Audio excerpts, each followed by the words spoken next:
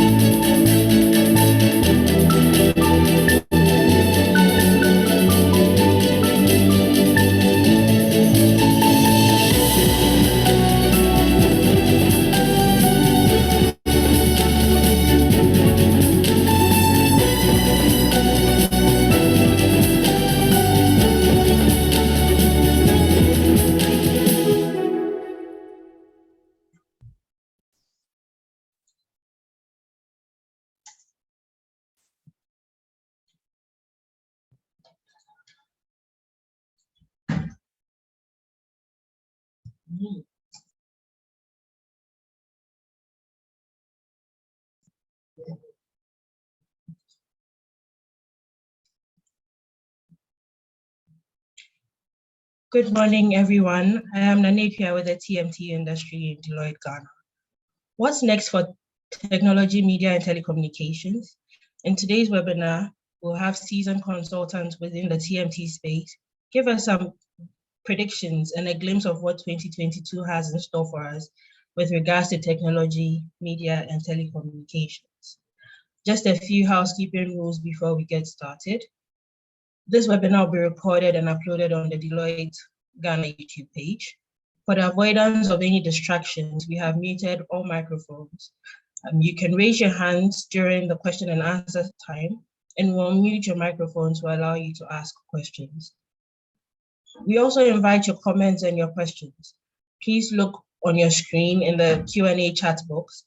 If you have a question for any of the participants or the speakers, you may at any point just type it in there, and I will either pose it to our speakers or hold on for the discussion session at the end of the event.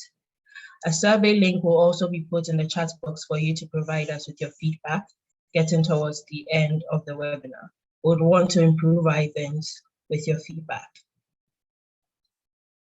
Our speakers for today's webinar will be Dr. Engineer Kenneth Ashibe, the Chief Executive Officer of the Ghana Chamber of Telecommunications, Kofi Ewa, our partner and industry leader for TMT in Deloitte Ghana, Nina Colley, also a manager with Deloitte Ghana, the TMT industry, Augustine Carr, a senior consultant in technology, and Sharif Isa, also a manager with the TMT industry in Deloitte Ghana.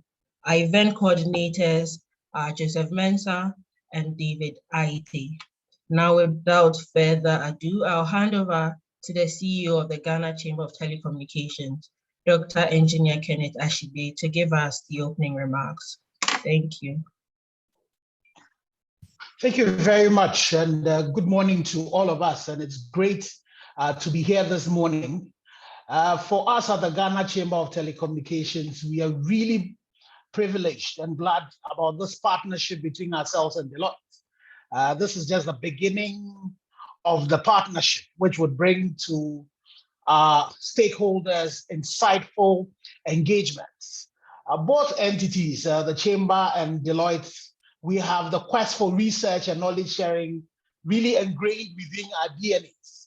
And we would explore the talent, the knowledge, the skills of our teams to research the challenges that confront us as a country, as a continent, and as a world, and bring some of these insights and knowledge to all of you so that you are able to help you live your lives well, run your organizations well. So you can expect more of this as the Chamber celebrates 10 years of its anniversary. We'll continue to leverage the gains of the past decade to accelerate Ghana's digital transformation in collaboration with Deloitte. Going into this year for us as the Chamber, some of the issues we were looking at is, the post-SIM registration era and what it portends for all of us, the e-levy regime, what would happen to it.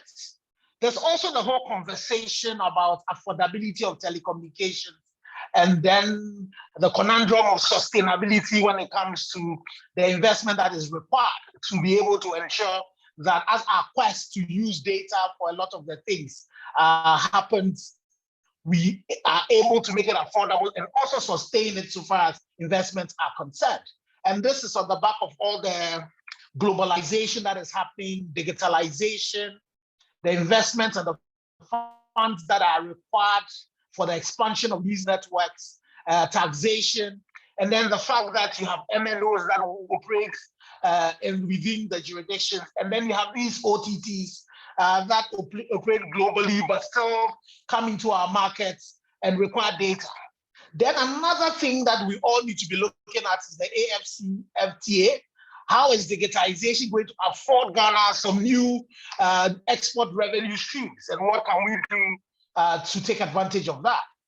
For us as a chamber, we also have our annual conference coming up, the MT40 2022 in April.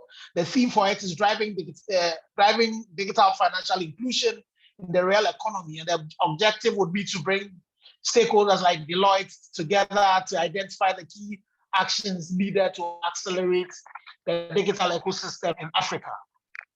So today's event, and for me, it's very interesting, the importance of predictive analysis in today's digitally transformed world cannot be overemphasized. We're living in a world where we should be able to use the data of the past to be able to predict how the future would go, and then be able to leverage on that prediction for the competitive advantage of our business. And Deloitte does a great job with the TM prediction. And you need to watch out for that report annually. And if you have not downloaded the report yet, I urge you to go to the Deloitte website and go look for it. And so what is technology, media, and telecommunication? You know, what's the outlook for that? And for any of you who know me, these are three areas that really are very great interest to me. And I am waiting and looking forward to what this presentation holds for us. Scanning through the reports, I get really excited. And you look at the fact that we're talking about all about screens and the challenge with the streaming war that's going on globally. And the question you want to ask is how our media houses in Ghana, the content providers and our members, the telecoms, going to collaborate to take advantage of this streaming war that is going on. Then the issues of traditional TV, which is waning. What would happen to print? What would happen to radio and even our TV stations in Ghana? What would this prediction tell you to do? Then you have the issues of wireless fixed access gaining grounds on broadband. How are we going to play in that? There's several things that are in this prediction that I'm excited and wanting to hear. The whole issue about AI, the next big thing. How are we in Ghana going to prepare for that? I know the Ministry of Communication and Digitalization are working around the policy and the right regulatory framework to spur innovation within that space. So it would be important to see how we can ride on these insights that Deloitte is going to share with us this morning to be able to leverage on the world that has been reset by COVID. So I urge all of you to enjoy the insights that are going to be shared by Kofi, Sharifa, Nina, and Augustine.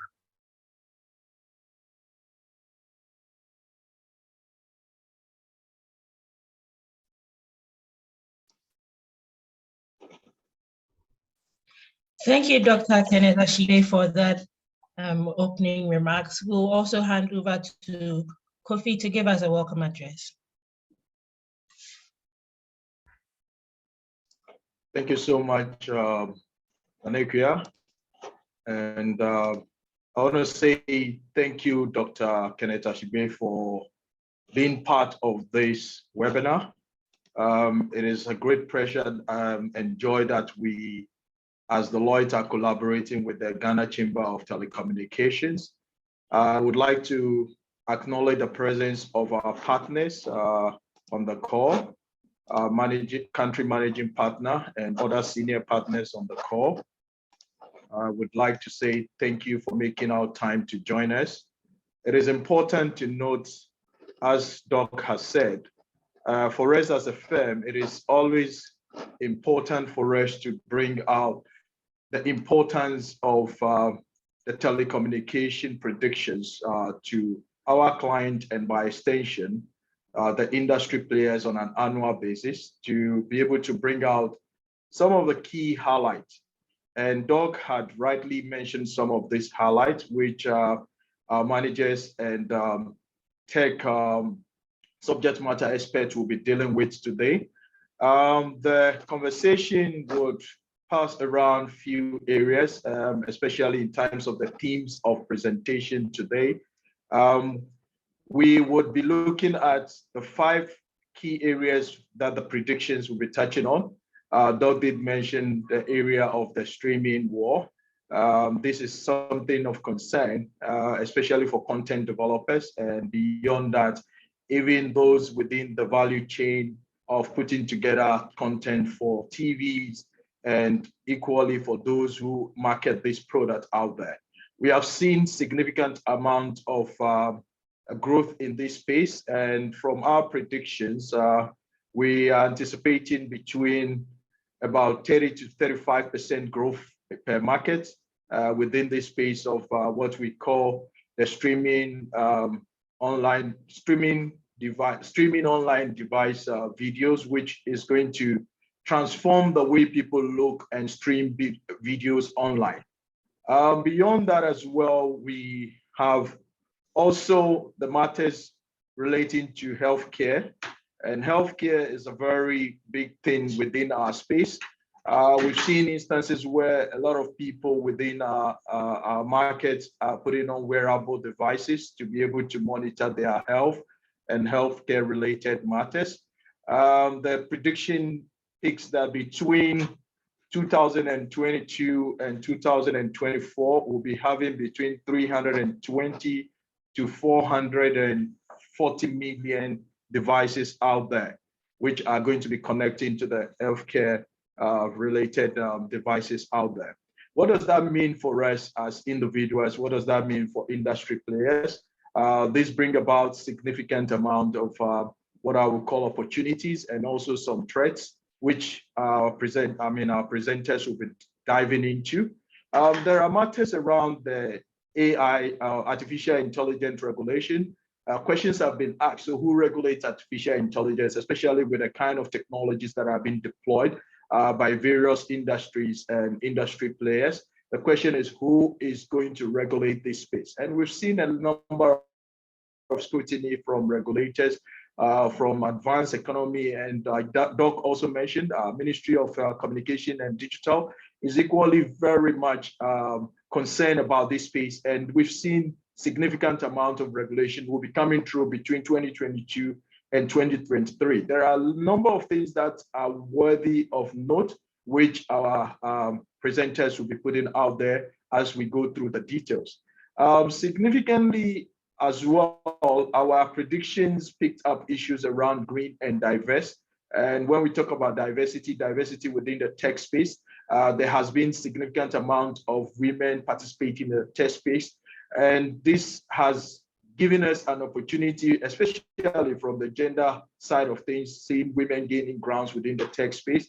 But this is also not without some headwinds, as we've seen significant amount of the players being faced with related issues, workplace related issues. And there has been concerns, and employers are beginning to bear note of that and thinking about what needs to be done from that space. In addition to that, we've seen issues around, so how can we work with our smartphones, especially the smartphones that are being produced these days?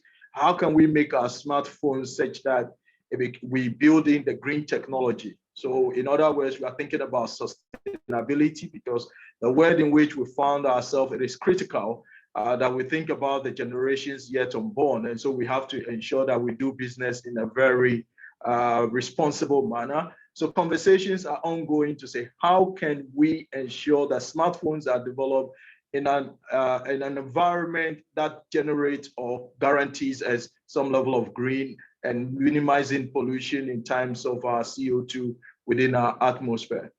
One key thing that also Doc had mentioned and our predictions did pick is the matter, around the growth within the SVODs, and these are the streaming video on device, and also the addressable TV ads. We've seen that per household, from our prediction, it's expected that there will be a growth between 30% to 35%, depending on the market. So again, if you look at our market where there is significant amount of growth in terms of the smartphone and internet penetration, the rate is expected to go beyond 30% in our kind of market. So again, what does this create for us? It brings about some opportunities, and as I did mention, and also some threats which we all need to look at. And lastly, our prediction touches on making connections. And what does that mean? We've seen and we anticipate that in 2022 and beyond, there will be a significant amount of growth within the wireless technology space with the advent of Wi-Fi 6 and also the 5G technology, which is always, which we are seeing in other economy. Gradually, this is also becoming real within our market space, and players within the TMT space are looking out for this. It is assumed, or it is perceived, that between 2.5 billion to 1.5 devices will be connected to both Wi-Fi 6 and the 5G technology, respectively. In a nutshell, what does this prediction mean? What exactly does this prediction put out there for our stakeholders? I think it brings about the need for collaboration and the need for us to work together as stakeholders to harness the opportunities that this the TMT space provide and afford us in 2022, especially post the pandemic and recovering from the pandemic. A lot of technology is produced, and we are seeing the wave that indeed there will be significant amount of benefit for players within this space. So our predictions clearly advocates collaboration synergies among the key players within the TMT space. So I'll hand over to our able presenters, Nina, Sherif, and Augustine, to take us through the details of our predictions for 2022. Thank you.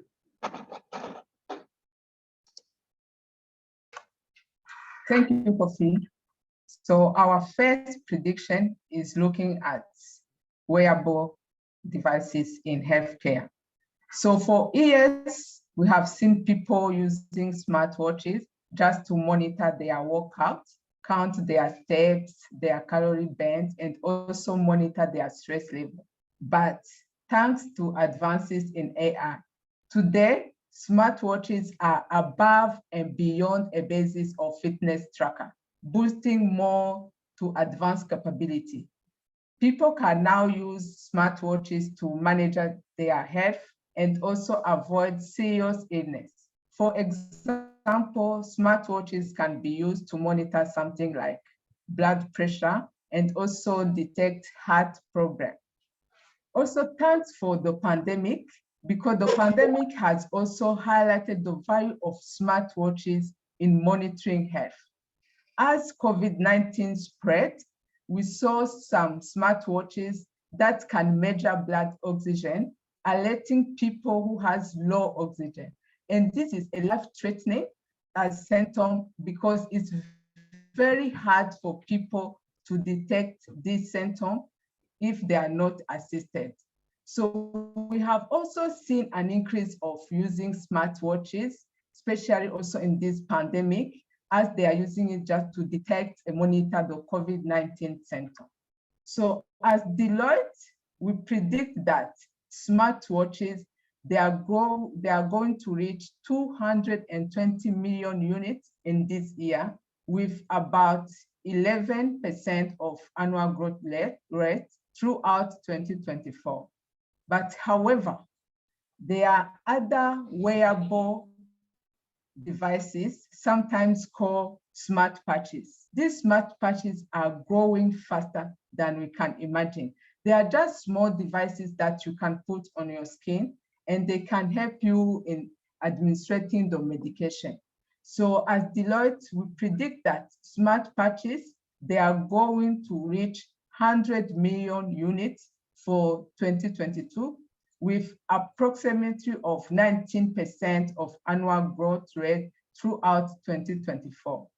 And these smart patches, sometimes they are prescribed by doctors and mostly developed by medical technology companies.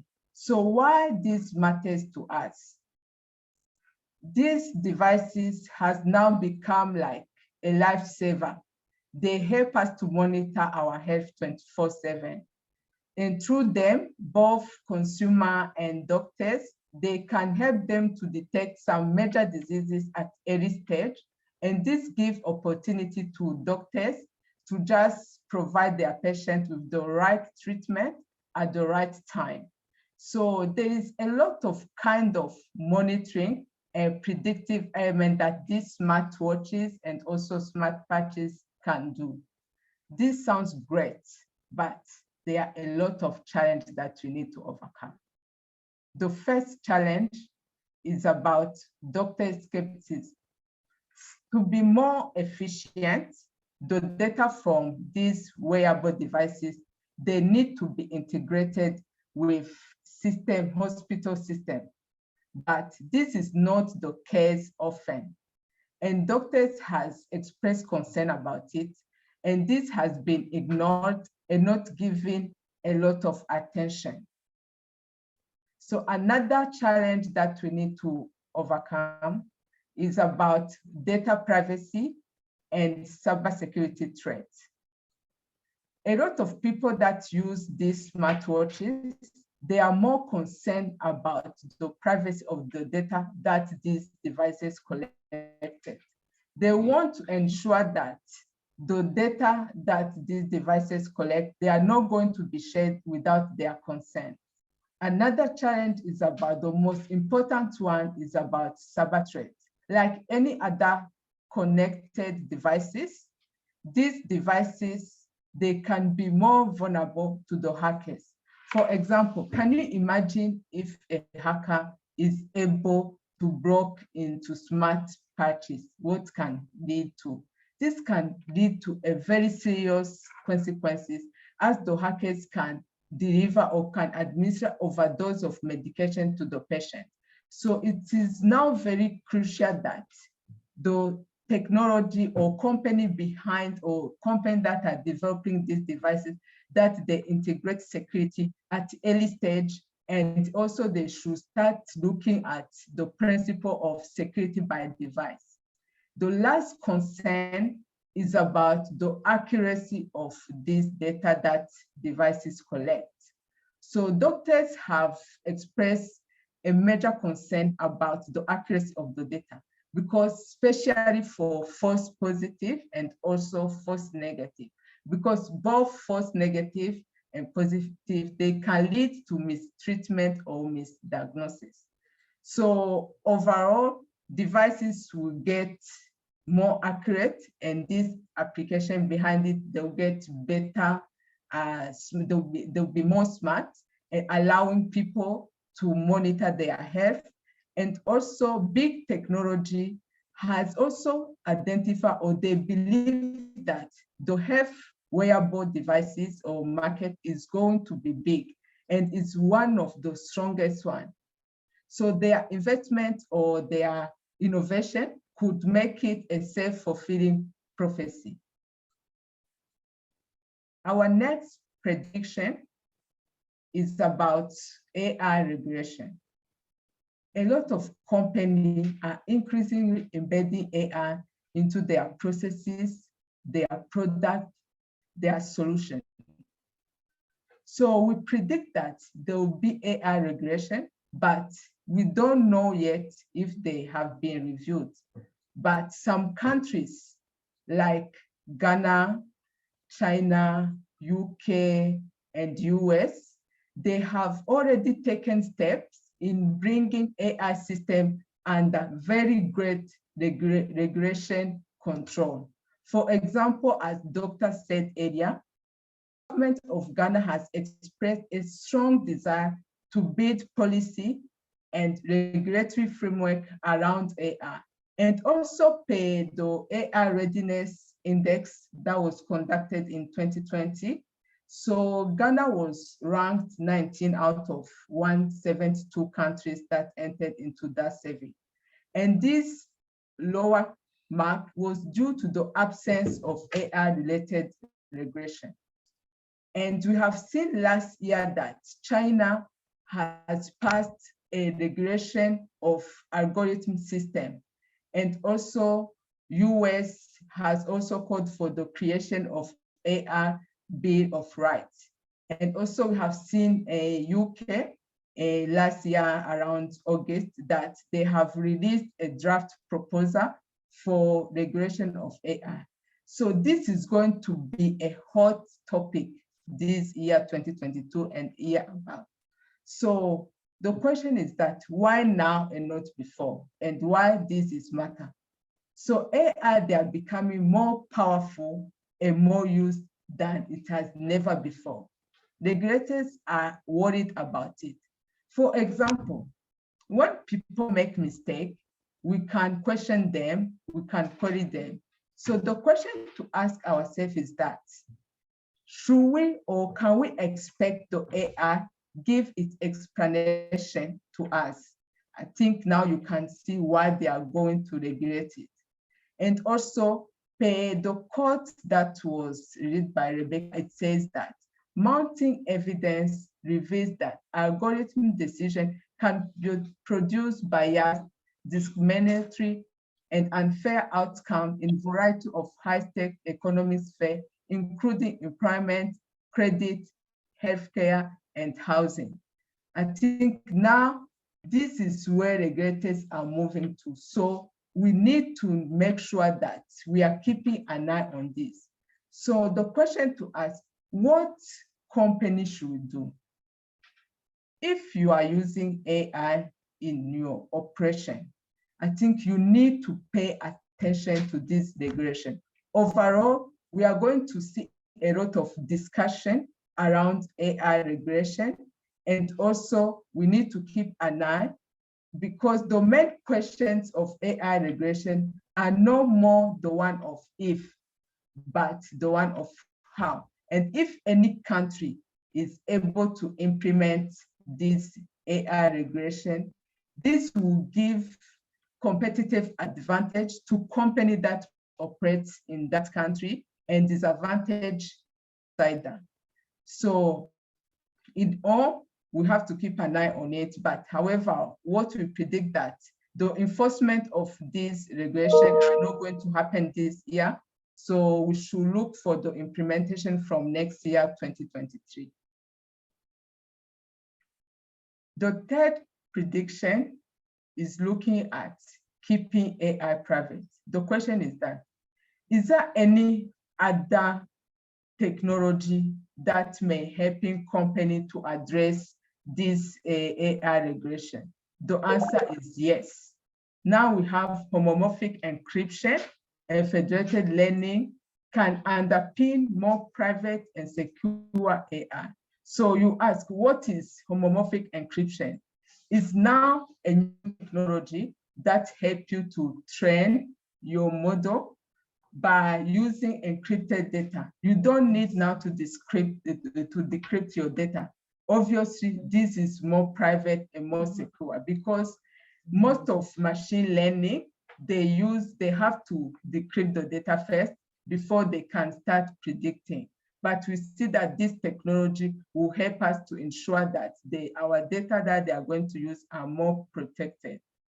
And the idea also behind federated learning is like a decentralized learning where a model will sit on the server and it will just distribute the model to other clients. And the clients now, they have to use their local data to try to learn, and they will now send back the model to the central server, and the central server now consider it. The good thing is that you can see that the data that will be used by different clients are not going to be sent back. So it gives a certain level of assurance that your data is protected. And in case any hacker is able to hack the same, so you can see he will have like 10% or 20% of the data, like as if maybe if it was a central learning, so it means that the hackers will have access to 100%. So this technology, they are more private and secure. So the question to ask why this matters to us, the answer is everybody knows that now AI is a key technology for many industries, but more players now are focusing more on privacy and security.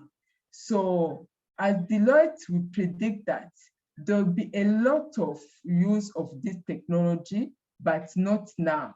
So what company need to do? If you are some companies that are using now AI, they are now looking for this technology just to reduce the future risk. So what should company do? So if you are interested in privacy and the security of your sensitive data, now you start looking for this technology. But however, we predict that this technology are not going to be used this year, but from next year. But the company that has come out and say that they have already started using this technology, we have Google, we have also Deloitte. So I'll just advise that you should keep an eye on this technology and other PAT technology, because they will help you to enforce or enhance your security and your privacy around your sensitive data. So I'll let the next presenter to come and give us, Augustine, to give us the next prediction. Thank you. Thank you. So our next prediction has to do with smartphones and how sustainable are they now, and also how are they contributing to a greener world. So our first prediction on smart devices is that we are predicting that 136 million tons of carbon dioxide will be emitted by about 4.5 billion smartphones that will be in operation in the year 2022. And out of these 4.5 million smartphones, we are estimating that about 1.4 billion of them are going to be new smart devices.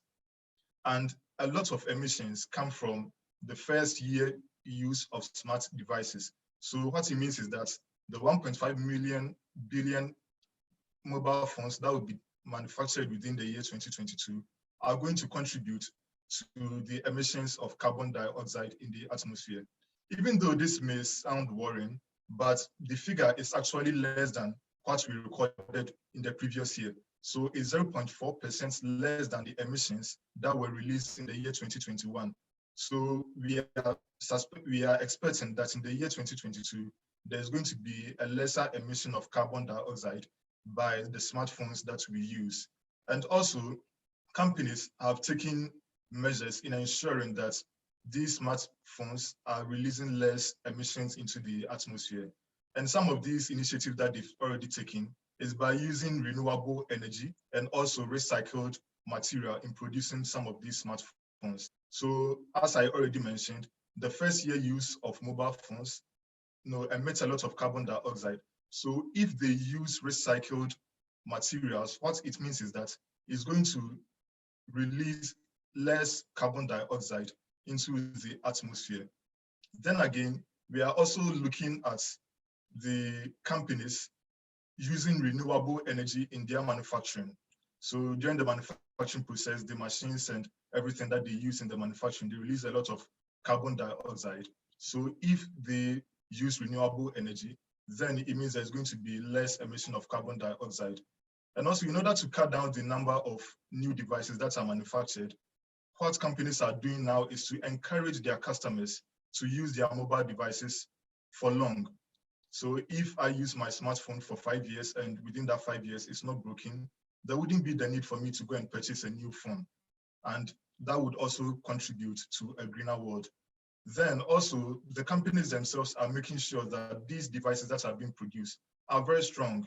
So if you compare the smartphones today to the smartphones that were produced maybe 5 years ago, you notice that the smartphones that are being produced now are stronger than previous ones. So your phone can fall down and you can pick it up and continue using it.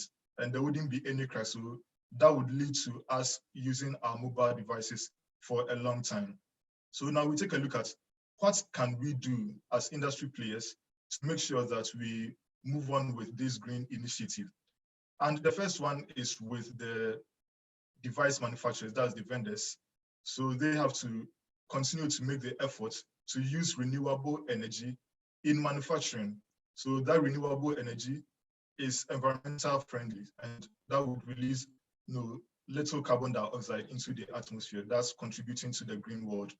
Also, mobile operators can move their operations into renewable energy once again.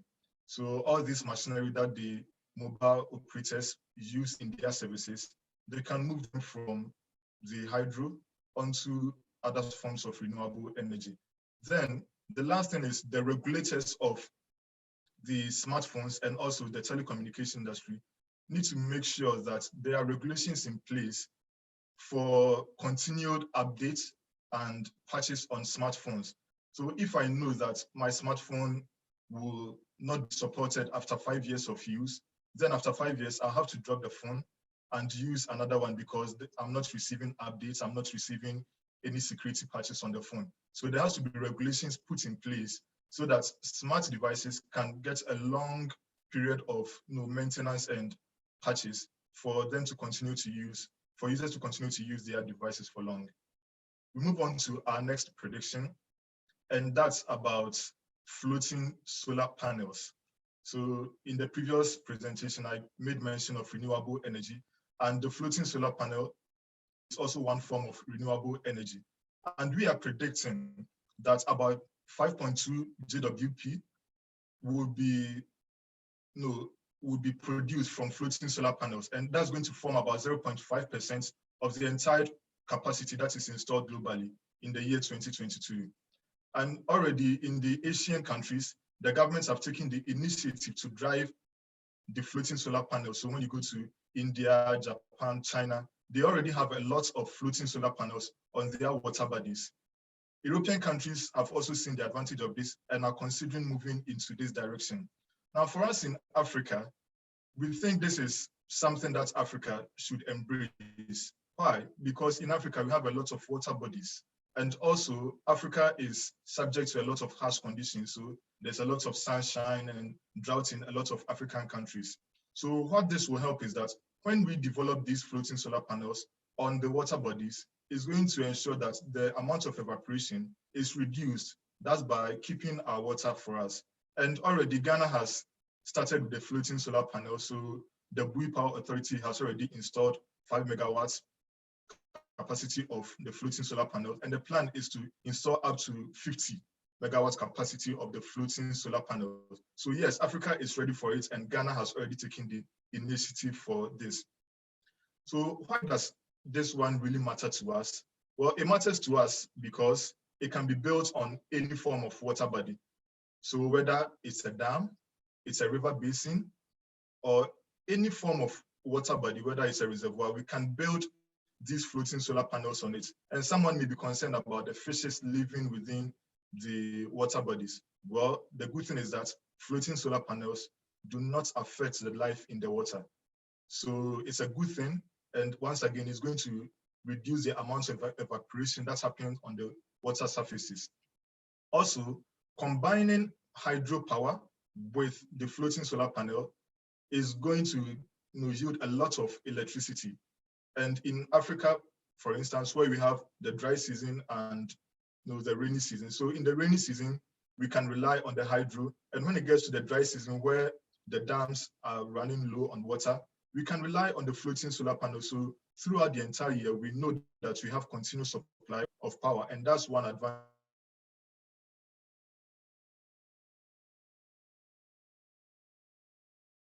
Even though the initial cost of setup is high, but when you do a projection into the future as to the benefits the floating solar panels are going to give you, then it will really tell you that the expense of operating these floating solar panels is very low.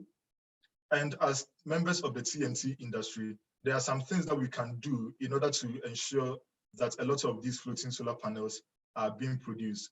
The first one has to do with the fact that all players within the industry must make an effort to move a lot of their operations into renewable energy. That's the floating solar panel. So being it your servers, your data centers, you can move some of the load that is being consumed by the machines in your data centers into renewable, or being it manufacturing, you can heavy duty load onto renewable energy, and that will be more environmental friendly. Then again, companies can also help with the infrastructure aspects of setting up the floating solar panels. So that's with the hardware companies. So they can help with the setup of the infrastructure that is going to use to run the floating solar panels. And also production of chips that would also contribute to the operations of the floating solar panels. And also we can add artificial intelligence in the monitoring of these devices. So as media and technology, media and telecommunication industry players, we can come up with some sort of artificial intelligence that will give analysis on dashboard, the power usage, to help in the monitoring of these floating solar panels. And that will go a long way to ensuring that we use a lot of renewable energy. Our next prediction is on women in technology space. We know that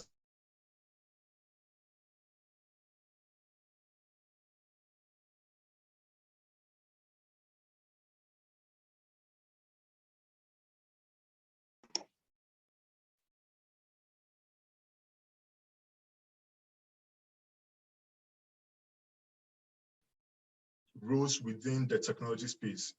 So from 2019 up to 2022, there has been a number increase in the women who are in the tech.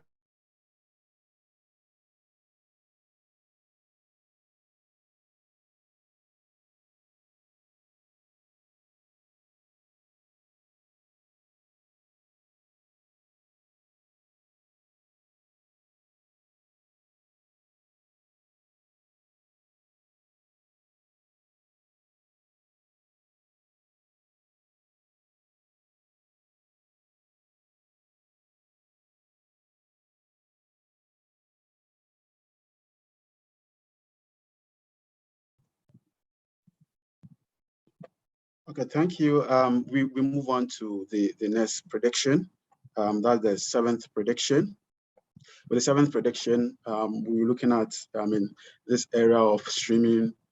Just mentioned Netflix, mentioned the Apple TV Plus, mentioned in the Africa contest, mentioned Iroko TV and Africa Films TV. In this area where these, streaming video on demand, they are all over the place and still building up.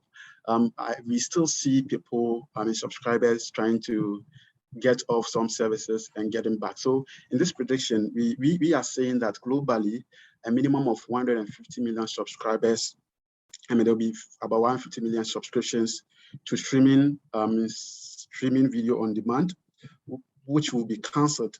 Just this year, about 150 million will be canceled.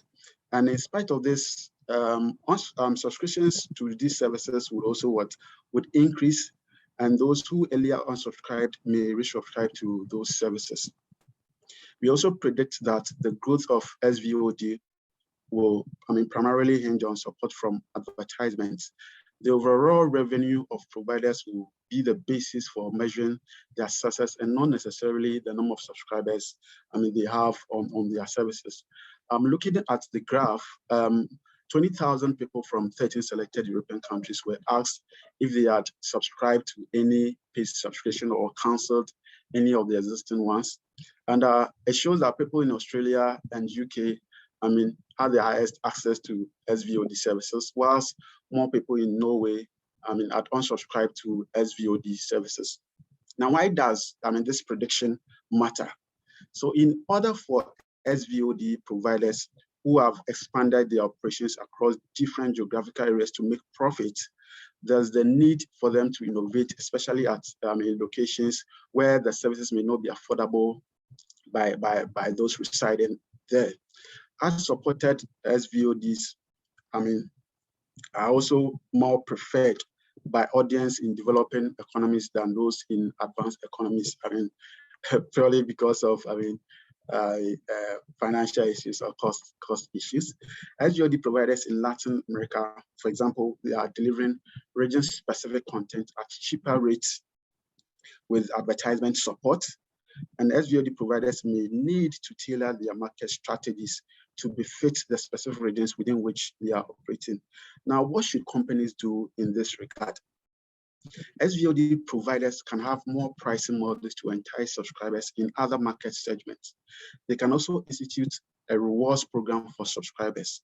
Providers can also partner with telcos or cable televisions to gain access to more subscribers for their services.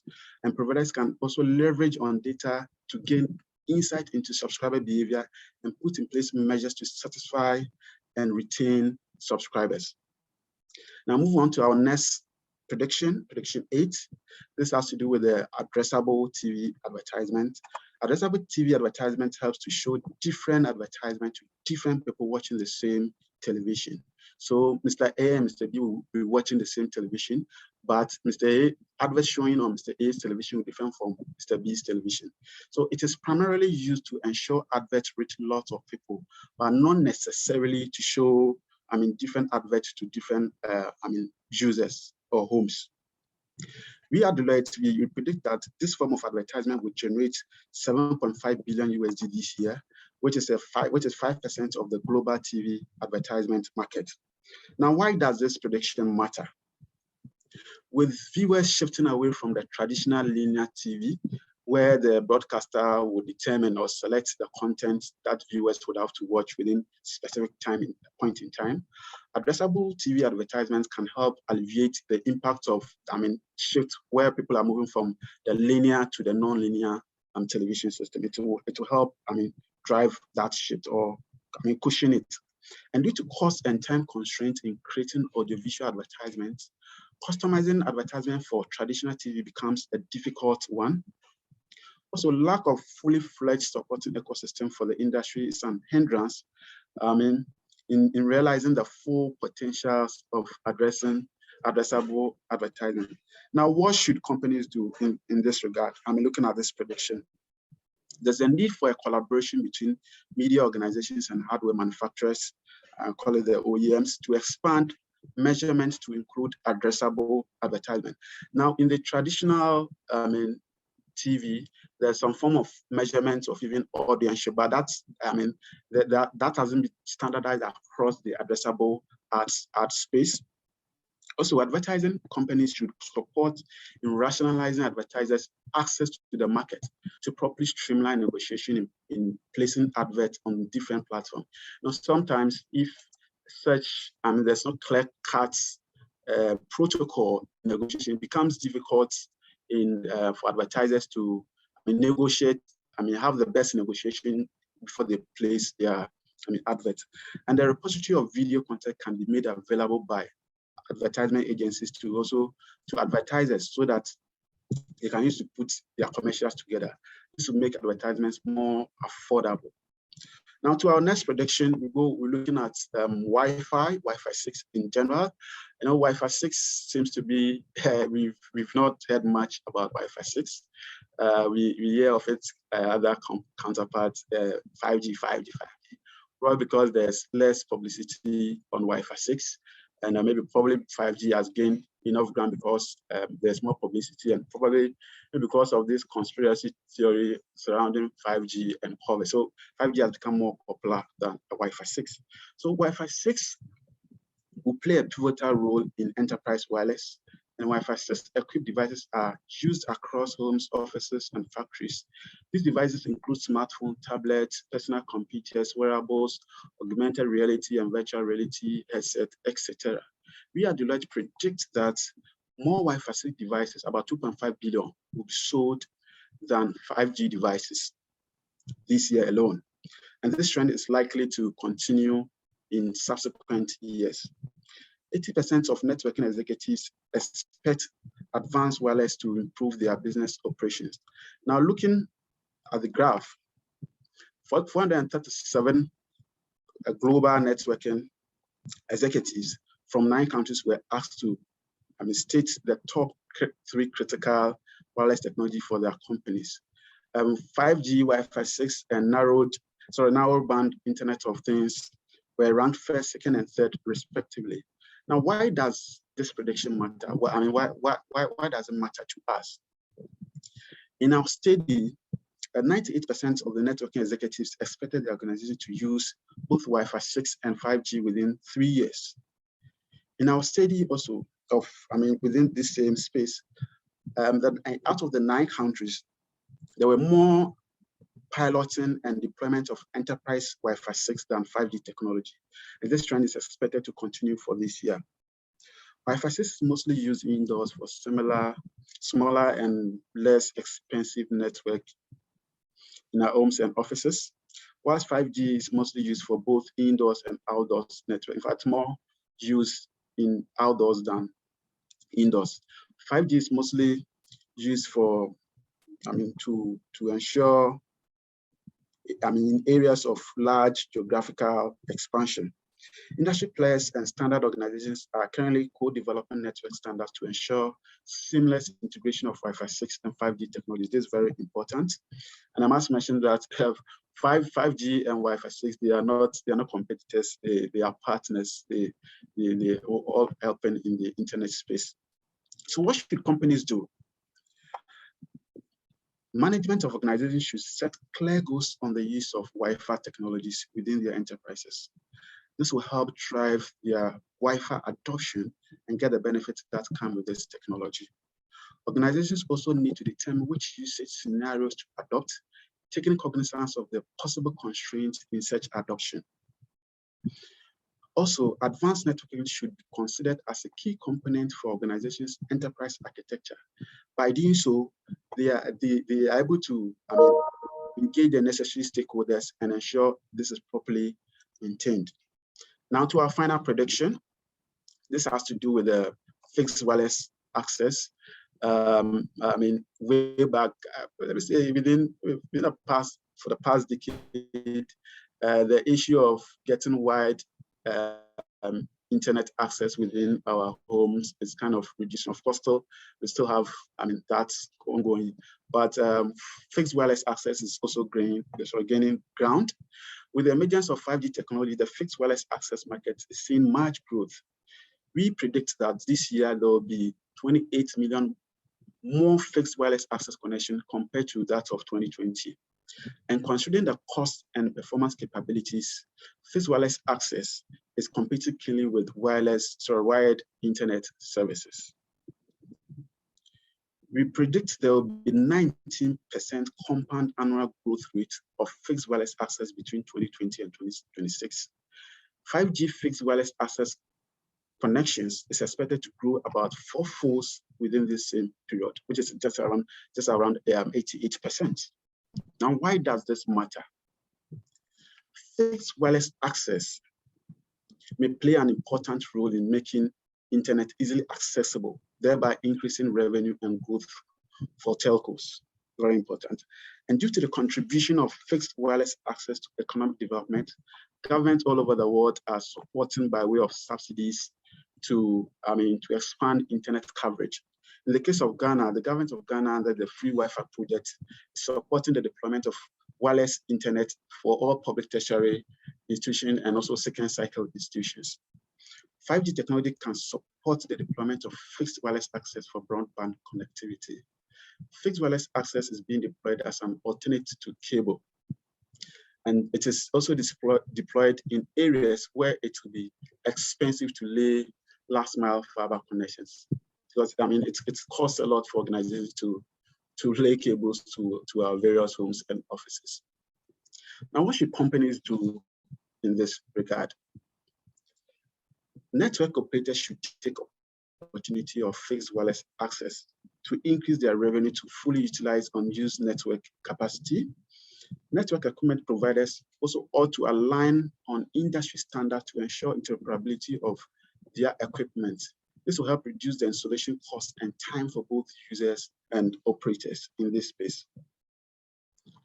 Finally, companies who provide broadband internet should expect strong competition from telcos who are working hard to attract new customers.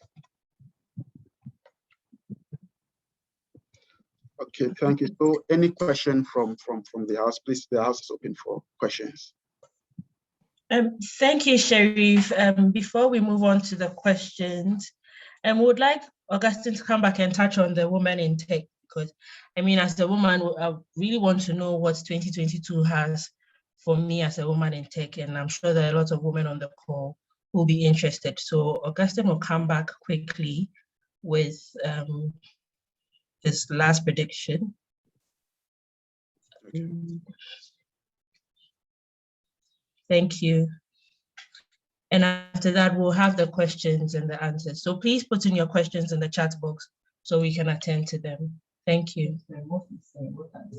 Thank you, Nana. So our prediction is talking about women in the technology industry. And we know that the women in the technology industry is gaining ground. So we have a lot of women getting into the technology industry, which is good.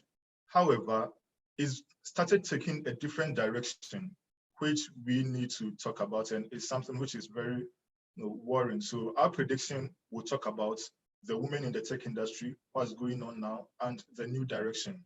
So when you look at the graph on the right-hand side, it tells you the number of women within the technology industry from 2019 up to 2022.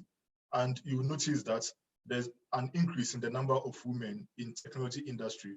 Not just that, but then those picking up more technical roles. So that has also increased across the years. So this goes to tell us that yes, a lot of women are gaining grounds within the technology industry. So now let's talk about how this one really matters to us. So a survey was done before COVID and as at now on how women feel about working within the technology space. And there were different statistics that came up on that one. And that some of them has to do with the work-life balance, the well-being, and other factors that affect women. So we noticed that there was a decline in the percentage of satisfaction that women had with their work-life balance before COVID now.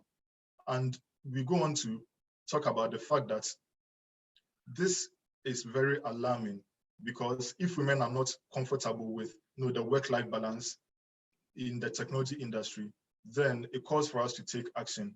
And the decline is 38%, which is more than half the percentage that was recorded before COVID. Then the other one is also about the mental well-being. And mental well-being also recorded a decline of 36%. So before COVID, the percentage satisfaction was 67%. And as of today, the satisfaction is 31%.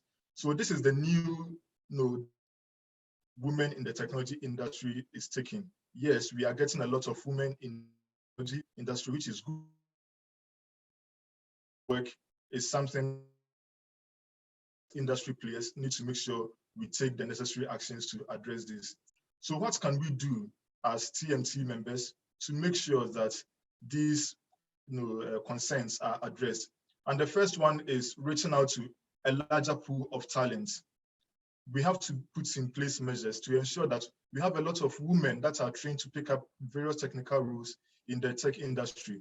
And Ghana, for instance, launched a program a couple of years ago, which is Girls Can Code.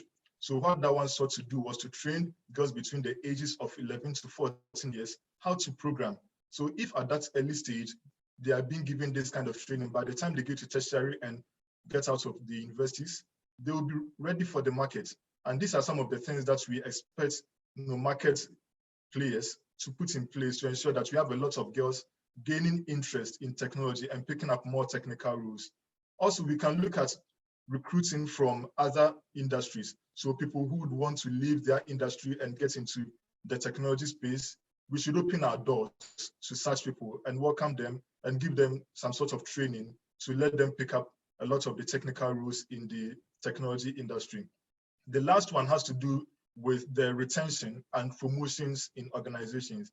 And across the years, one major obstacle that women have been facing in promotion and in their organizations is gender biasness. And we need to tackle this issue to ensure that we retain a lot of the women in the technology space and also give them the fair promotions and the recognitions that they need in order to do their work. So that brings us to the end of the predictions. And before I get to the end of it, we as Deloitte are ready and available to help the industry players in assessing the two ends of these predictions. So in case any of the industry players wants to implement some of these, we have the capacity to help you in implementing them, in assessing the risk and also the benefits in moving forward with these predictions. Thank you very much. Thank you very much, Augustine, for that insightful prediction. And we'll have some 20 minutes for questions and answers. And please send in your questions in the Q&A chat box so that they can be attended to. But we have one question from Ayo. I hope I got the name right. And the question is, how do you use a smartphone for long when the manufacturers discontinue support and updates for old devices? So I think Augustine took that bit of it, so we'll give it back to him to be able to give us an answer. Okay, so to answer your question, so during my presentation, I made mention of one of the things that as regulators have to put in place, because currently we know a lot of the devices do not maintain support for a longer period. And in order to ensure that we use our smart devices for long, regulators have to put in place these kind of measures to force the vendors and the manufacturers to give a longer support for these smart devices. And also in the European Union, they've already started passing regulations to ensure that updates and support for devices are kept for long. So it's something that has already started, but there's a lot to be done. So regulators have to make sure that they put in place these measures to get the devices to be supported for long.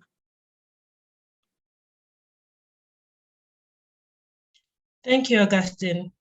We also have a question from Ephraim, and his question is, what are the security implications? I think it was at the time Sharif was presenting, so it will be on the Wi-Fi 6 and then 5G. If Sharif could answer that quickly for us, what the security implications are. Okay, so I mean, in general, organizations are very skeptical using wireless devices because they think it's not, secure. We can't have 100% security, but there are standards in place. So once standards are, you implement the right standard for the right technology, there shouldn't be any cause for alarm. Let's get the right standard or controls in place, and we should be fine. Of course, we can't have zero. There cannot be zero risk. So of course there might be some acceptable level of risk in that space. So that's what I can say.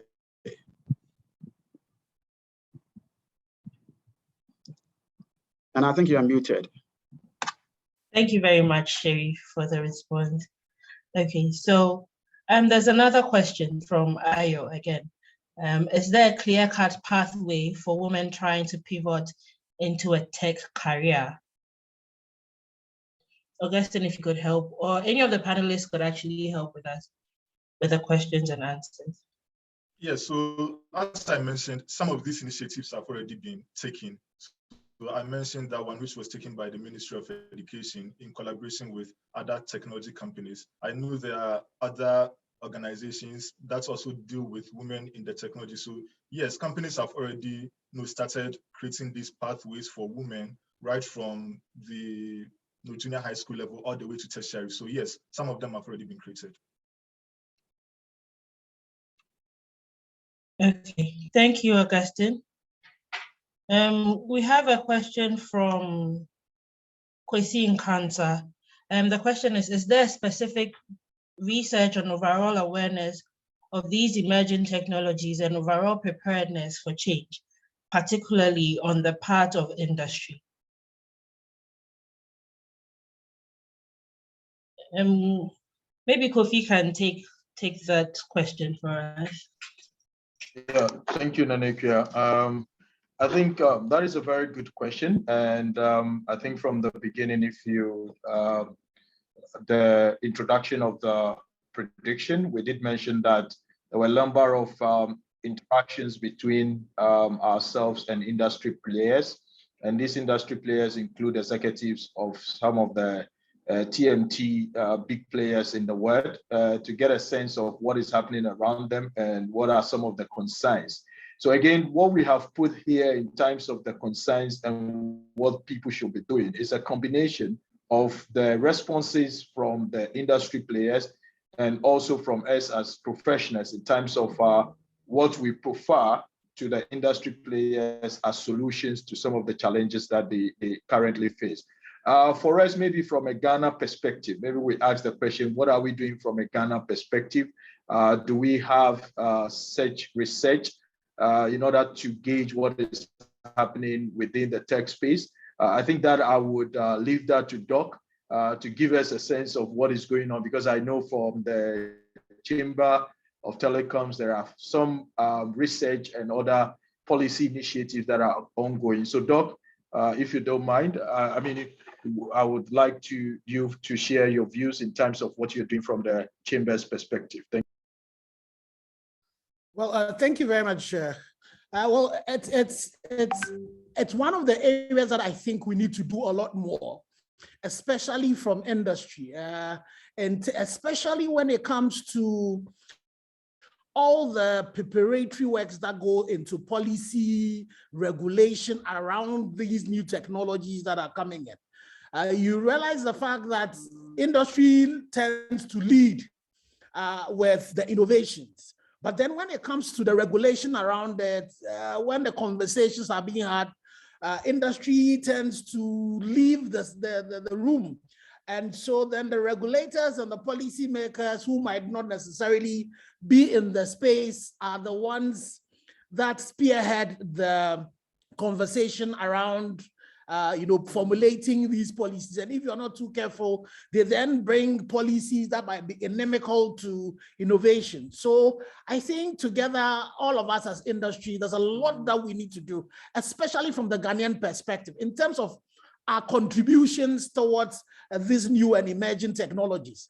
When you go into some of the global bodies like the ITUs and all of that, how much of us, how much of our times as industry players are we investing into that? And then also maybe as a chamber ourselves, we and other chambers like the Technology Chamber and the likes of yourself, we need to do a lot more of these engagements when we start also finding ways that we can also contribute to these new technologies, taking into consideration, our peculiar, context. A typical example is when you talk about the floating, solar panels, for example. You still have a situation where the Energy Commission has not been able to get the players, ECG especially, to be able to accept net metering, because one of the thinkings that you would want is that how do we get industry to also collaborate with the operators to be able, so people from other industries rather than just the power producers, to also contribute to some of these renewables, solar, for example. And then when you produce excess than you need, and you don't want to really store it, and you want to push it into the grid, there's the net metering that has to happen, and there's still an issue with the policy around it and the implementation of this. All of these conversations are things that we, taking our local context into consideration, can look at some of these new things that are coming and find ways in which we also can contribute to the body of knowledge and also be part of the decision making and then the creation of these new technologies. Thank you. Thank you, Doctor. Doc, we'd also like to know how ready is Ghana for 5G? Are you really prepared for 5G? Well, that's a good question. And fortunately, from the ministry side, there's been some conversation around it. And then we also have a few of the operators that have been talking about it. But really, I'm not too sure we're prepared. We're doing the things that we ought to do, even in terms of spectrum that we're going to use, for 5G, for example. That whole conversation have really not been had. Definitely what would have to happen is that you need to get a contiguous, band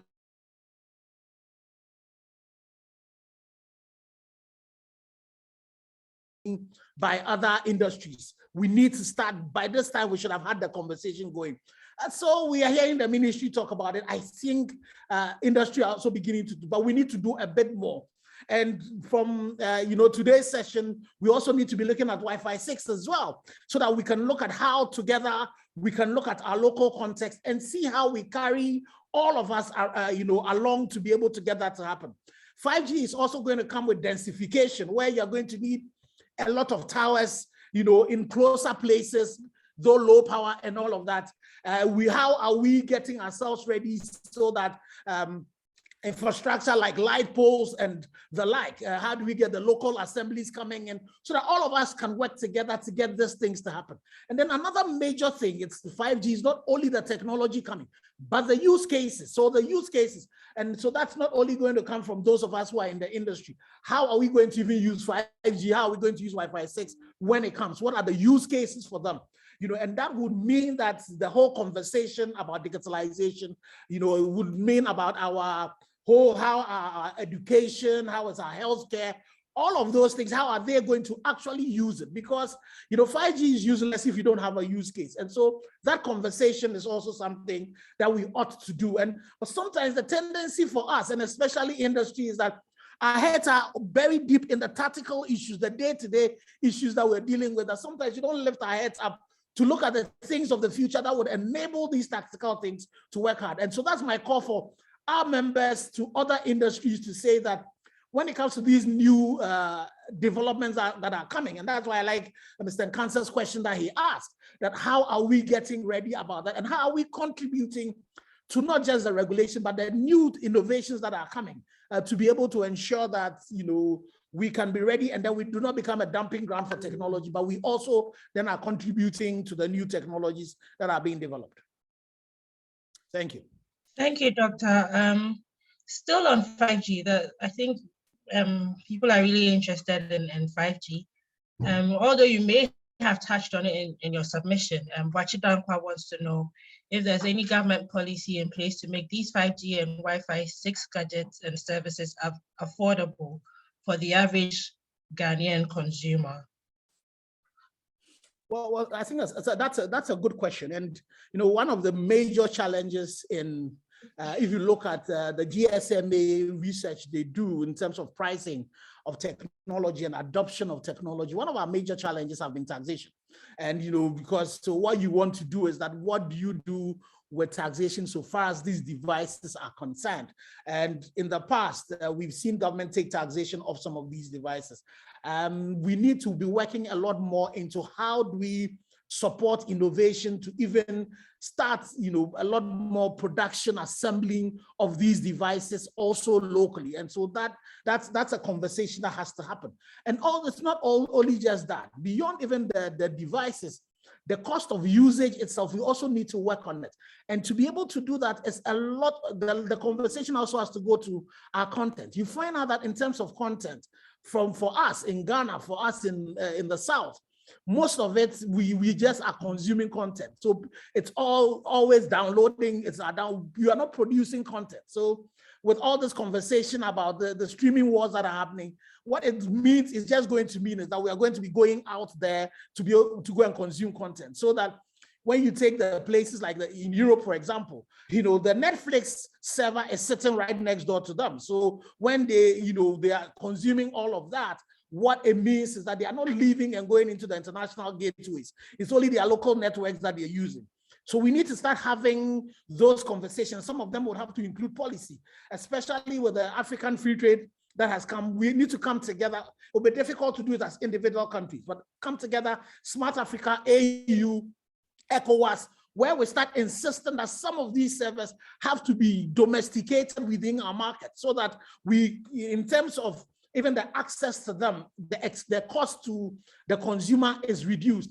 We need to also start producing a lot of our content and making them globally ready, so that, you know, people would also come into these markets to be able to consume them. We also need to be looking at, and with some of the predictions that have come, I see also opportunities for advertisers, local content manufacturers, to be able to plug into all of these streaming wars, because the opportunities now will be available. Because it's been said that even though the prediction talked about in the streaming wars, what we are beginning to see is that you need advertising to back, you know, the streaming. It's not just your audience. And so local advertising producers, agencies, we need to develop the technology to be able to insert you know, advertising from here locally into these businesses. So, you know, some of the business models will begin to change, but it will all mean that we need to start taking advantage of, you know, sessions like this, taking advantage of some of these predictions, and making sure that our businesses are ready to be able to take advantage of the opportunities that are coming. Thank you very much, Doctor. So we Doc, have just a quick one, Doc, just to add to the advertising side that you just mentioned. You can imagine where some of our movies, maybe say the Ghanaian movies industry, are being streamed on Netflix and all those, and maybe, for example, the Ministry of Tourism or the government is advertising in between some tourist site in Ghana, just to create, because again, what it means is that the audience, in terms of the viewing audience of the streaming video, goes beyond Ghana, and therefore you can tell the story of Ghana even just within few seconds within the movies. So again, Doc, it is something that goes beyond just the business side. Again, also telling the narrative in terms of who we are as Ghanaians. I think that is also something that, from a government perspective, we need to also tap into that in showcasing what we have and our culture and the beautiful land that we have in Ghana. Thank you, Kofi. So there's a question, what is Deloitte's predictions on Web3? Would authorities regulate it and how? So I'll take the first part. So the predictions, there's actually a number of them, but for the sake of time, we presented just a few. Sherif, would you like to take that for us? And with regards to what would authorities regulate it and how? This is from Ofori Anka Kofi. And to add to that, it's still on Web3. Addison Golo also wants to know from Doc, he wants Doc to talk about Web3 based on blockchain and how industry is positioned in terms of skill and investment in those areas. So we'll just tackle those two questions at the same time. Thank you. Okay, so Nana, thank you for the question. So from my side, from our side, in terms of the prediction, I mean, it doesn't touch on Web3, but in terms of regulations, from where we sit, it's I mean difficult to be emphatic on that, but definitely we may get there one day. So that's what I can say about that. Thank you, Sherif. Doc, please. So the question is, okay. Yeah, so I think that the thing about all of these new technologies and regulation, the good news is that the Ministry of Communication and Digitalization has commissioned a consultant who have done some very extensive research to look into the gaps so far as the policy, our laws and regulatory framework are for some of these new technologies. And some of these have been identified. And we've looked again at our whole framework of coming up with policies and all of that. And there's going to be further conversation on that. And there seems to be a push for soft regulation that enables innovations to happen. And so I would just say to all of us as industry that let's pay attention to this particular one. I'm pretty sure the findings are going to be finalized and presented to the ministry. There's going to be further engagement that are going to come out of that. And out of that, we are going to have a look at all of these strands that are going to come. But the thing that is going to happen going forward with digital transformation is that the pace at which change has happened, the world has not seen it before. So one of the things that we need to do as a people, and that's global, it's not just Africa, it's not just Ghana, is the fact that the regulation that we're using currently, which is a 1G regulation, has to completely change. It's not even going to be enough to have a 5G kind of regulation. We need to have a regulation that is that is forward-looking, very agile, that enables, these innovations to happen, but still protects, the vulnerable and ensures that, there's some protection that can take place. Because if you look at where we're going, really, it looks scary, but that's where it is that it's got to go. And definitely, we need to then use the technology as well to ensure that when we're regulating this time, regulators should not be using just the power that has been given to them as regulators, but a lot more of gray matter. And then also we need to democratize it because, the knowledge resides in everybody. And then we have the tools that we have to be able to create the knowledge and be able to help shape the way the regulation is going to go. So I would go with my brother that you cannot be definite, but then there's opportunity for all of us to contribute to be able to look at Web3, look at 5G, look at even 6G, the conversation around 6G is going. I know that at the GSMA Mobile World Congress in February and March, the conversation on 6G is going to continue, though we've not even, dealt with 5G yet. That's where we're going. And where are we? And another group of people that we also need all in this conversation is our academia. What is our academia doing to be able to contribute to this? And when it comes to academia, not only just the faculty, but the students that are in school, how well are we allowing them to also experiment and be able to create what it is that they do? And also then government puts in place the necessary IP rules to able to ensure that whatever it is that they do, they can get protection, and then we as a people would be able to benefit of it. Talking about all of this, I didn't see that in the prediction, but one of the conversation I say to myself is that COVID and the potential business opportunities that are coming out of it. What has happened to Africa? What has happened to Ghana side that we're not dying as much as people are doing? How are we not, what research are we doing to be able to take advantage of that? I think that's a great opportunity that these new technologies give to us to be able to research and find out, to be able to maximize the potential that is going to come out of these. These are some of the things that I'm hoping that as we talk about new technologies, we can look at, use it for our context, also to be able to leapfrog the developmental gap that we find that currently exists. Thank you. Thank you very much, Doc, for that insightful response. Okay, so in the interest of time, we'll be wrapping up. We have the survey link that has been posted in the chat box. Kindly take 2 minutes of your time to provide us with some feedback on the webinar. And I'll just ask one more question. You can still send in your questions. However, we'll send it to the panelists and then send the responses to you. And as we send the responses to you as well, we'll also add the contents, that's the report or the full reports for the TMT predictions, so that the ones that were not touched on in the interest of time, you can just familiarize yourself with it. So the last question will be, do we have the infrastructure to support on-demand video hosting? Kofi and Doc can please take the question for us, after which we'll just wrap up this webinar. Thank you. Kofi, would you shoot? Yes, Doc.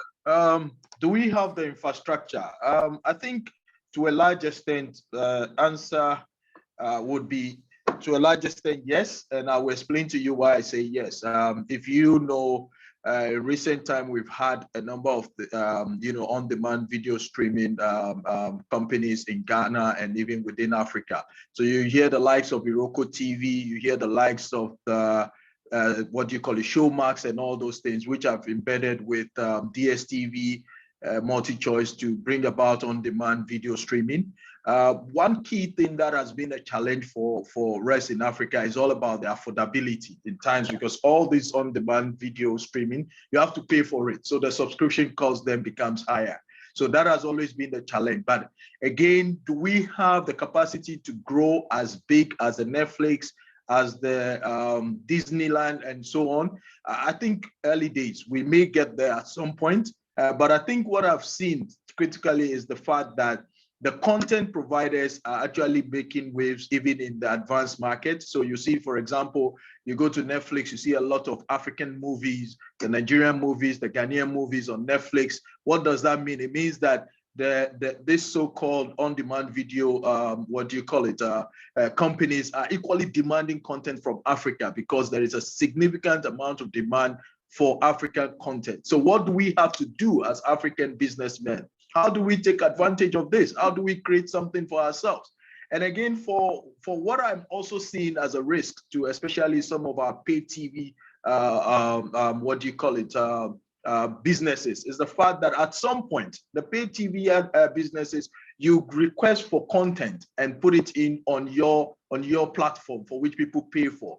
Now, what is the risk? At some point, the content providers may decide to create their own platform for people to do their on-demand streaming. And then what then happens to your business? So there has to be some element of innovation and collaboration along the line in order to create an atmosphere that helps for the synergy of what I would call win-win situation.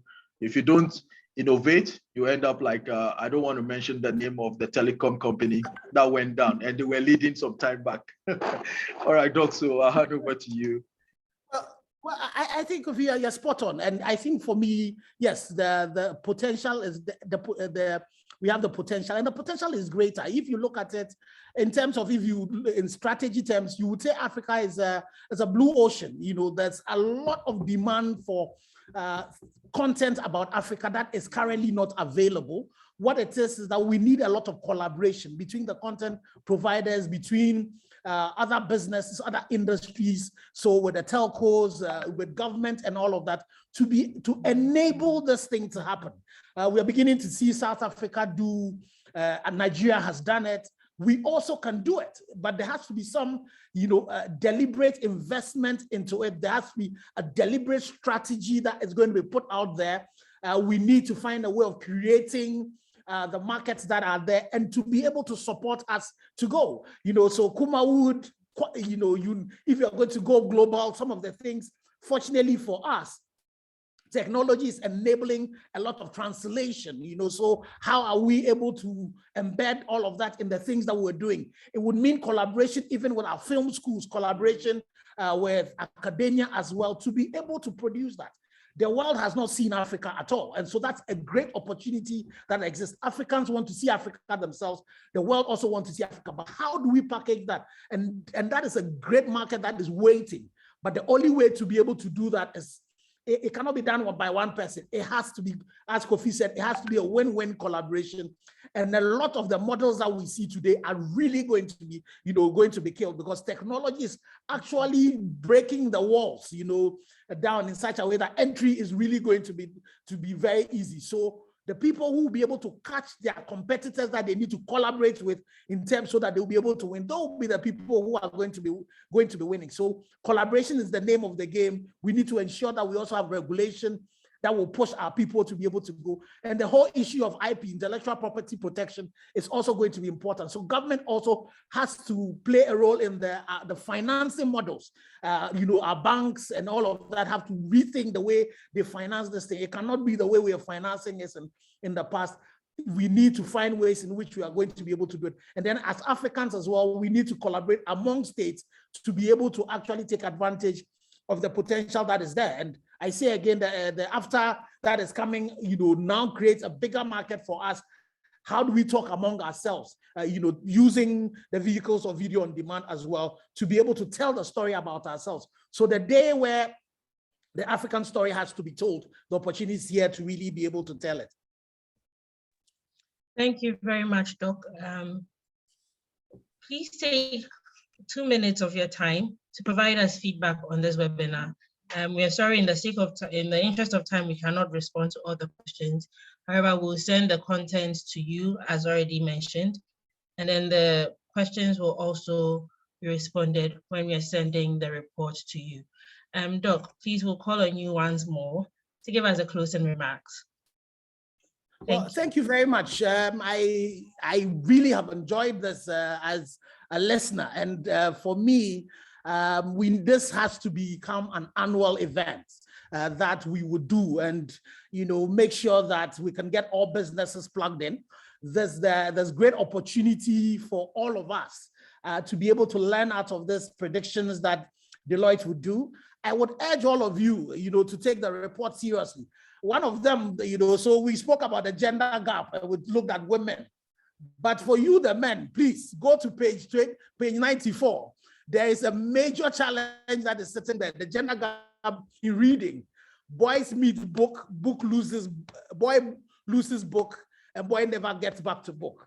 When I go to a lot of the graduation events of late, you find out that the top students are all the ladies.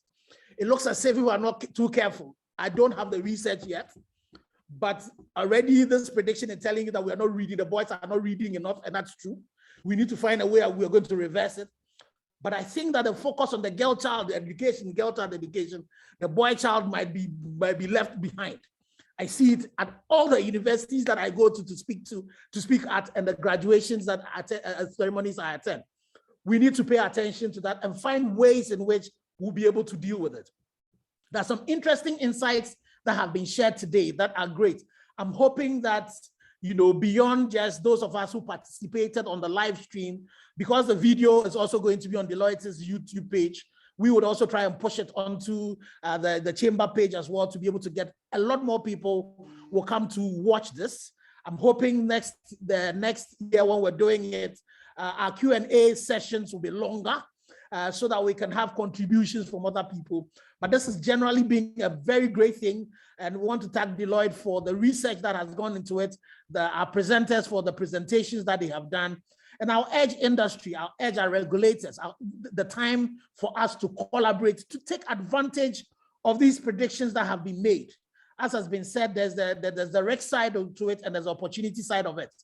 Let's find ways in which we can take advantage of it and be able to move and change the story of Ghana and Africa. Thank you very much. And I'll hand back to you, Nanekia. Thank you very much, Doc. And thank you everyone else for participating. And we'll be looking forward to your feedback that has been shared. The link has been shared on the chat box. Please do have a lovely day. Thank you.